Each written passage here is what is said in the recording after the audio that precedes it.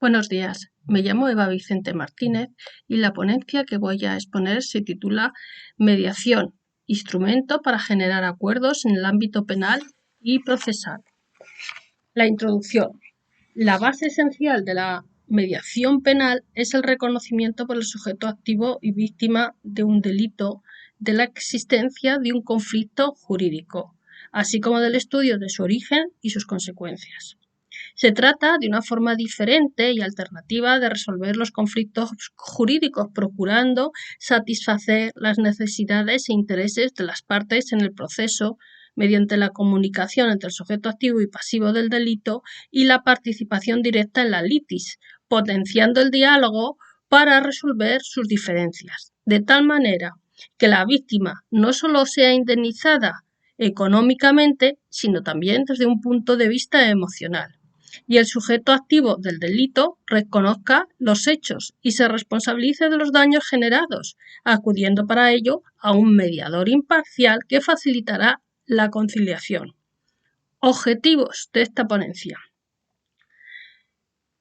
Mecanismo jurídico que tiende a solucionar conflictos jurídicos mediante el diálogo, reduciendo la criminalidad, así como a facilitar la resocialización del delincuente, garantizando la completa satisfacción de la víctima. La metodología empleada en esta ponencia es un estudio realizado a través del Código de Leyes, bibliografía y jurisprudencia. El método es deductivo y esta alternativa tiene su origen en el Pacto Internacional de Derechos Civiles y Políticos. La resolución de 2699 de 28 de julio sobre el desarrollo e implementación de la mediación y las medidas de la justicia restaurativa en la justicia criminal de la Organización de las Naciones Unidas. Recomendación del Comité del Consejo de Europa que fija el concepto de mediación. Y la decisión marco de 15 de marzo de 2001 por el que se aprueba el Estatuto de la Víctima en el proceso penal. En este caso, define la mediación como la búsqueda, antes o después durante el proceso, de una solución negociada entre la víctima y el autor de la infracción, en la que media una persona competente. También nuestra ley de enjuiciamiento criminal, en el artículo 783, establece que la defensa podrá manifestar la conformidad con el escrito de acusación. Es decir, se va a producir un reconocimiento de los hechos, con lo cual no será preciso entrar a celebrar el juicio. Discusión.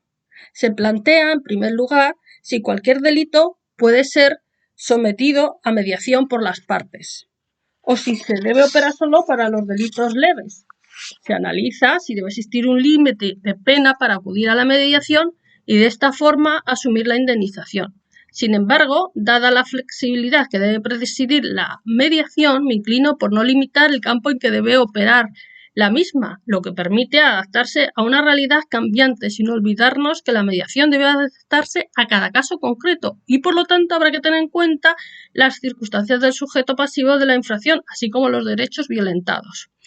Se destaca que la gravedad de los hechos puede determinar la existencia de la mediación. A este respecto hay que considerar que la víctima, independientemente de la gravedad del hecho, puede ser favorable a la mediación, y si de entrada se niega la posibilidad de la mediación, se está limitando a las partes y se le está impidiendo que lleguen a soluciones dialogadas. También es cierto que en estos supuestos hay que evitar el desamparo de la víctima y por ello examinar su capacidad o grado de victimización y procurar la igualdad de partes, pudiendo llegar a acuerdos para garantizar la paz social. Otra cuestión que hay que tener en cuenta es que se asocie la gravedad del hecho delictivo con la violencia generada para producirlo. Ahora bien, si se observa que tanto el sujeto activo como el pasivo del delito son favorables a resolver el conflicto jurídico mediante acuerdo y que además la víctima será indemnizada totalmente, es decir, desde un punto de vista emocional y económico, y se garantiza la igualdad y bilateralidad de las partes, en este caso concreto yo no encuentro obstáculo alguno para acudir a la mediación. Si utilizamos la mediación para delitos de escasa trascendencia y pidiendo llegar a acuerdos en delitos que exigen mayores garantías, la mediación se configuraría entonces como algo excepcional y evidentemente estaría abocada al fracaso, sin olvidarnos de que se está limitando la capacidad de resocialización. En segundo lugar, se aborda cómo la mediación se puede llevar a cabo en la fase de enjuiciamiento. Así, una vez que existe el acuerdo de las partes, si es necesario, pues el Ministerio Fiscal, cuando se abra el proceso y antes de celebrarlo, tendrá que modificar las conclusiones provisionales, quedando reflejados los antecedentes de ese hecho, los hechos que reconoce el infractor y los fundamentos jurídicos que se le imputan. Además, que el acusado acepta la calificación jurídica y se determinará que este acusado ha consignado con anterioridad al juicio oral la cantidad solicitada como responsabilidad civil o que se compromete a consignarla en un periodo de tiempo. Resultados. Es posible aplicar la mediación no solo en los delitos leves, sino también en los delitos graves.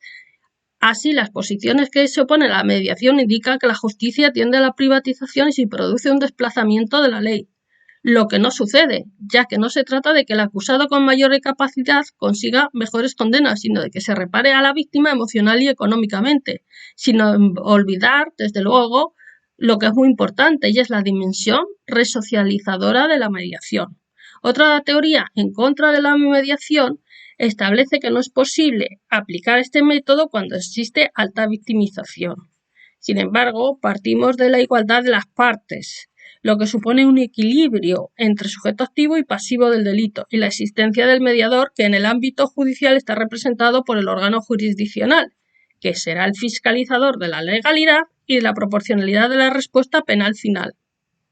También se plantea que la mediación menoscaba los fines del derecho penal y nada más lejos de la realidad, ya que tanto el acusado como la víctima se les informa de sus derechos y las prohibiciones del Código Penal.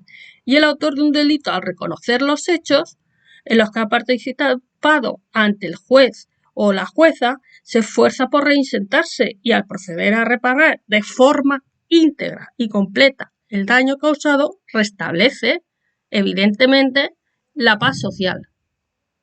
Conclusiones. La mediación tiene lugar en el ámbito del proceso y en consecuencia dentro del control judicial y permite un trato igualitario y adaptado a las circunstancias del caso, ya que el mediador, por su experiencia, es capaz de detectar eventuales vicios del consentimiento en cualquiera de las partes, analizar la naturaleza de los acuerdos a los que se hubiese llegado la víctima y el acusado, actuando siempre de acuerdo de la legalidad, evitando cualquier tipo de fraude o abuso y finalmente fiscaliza la proporcionalidad y la legalidad del acuerdo alcanzado. Además, los acuerdos alcanzados en el proceso penal aumentan la eficacia preventiva especial del sistema penal, puesto que el acusado se compromete a reparar el daño causado a la víctima en todos sus aspectos, con lo que se restablece la paz en la comunidad o en la sociedad.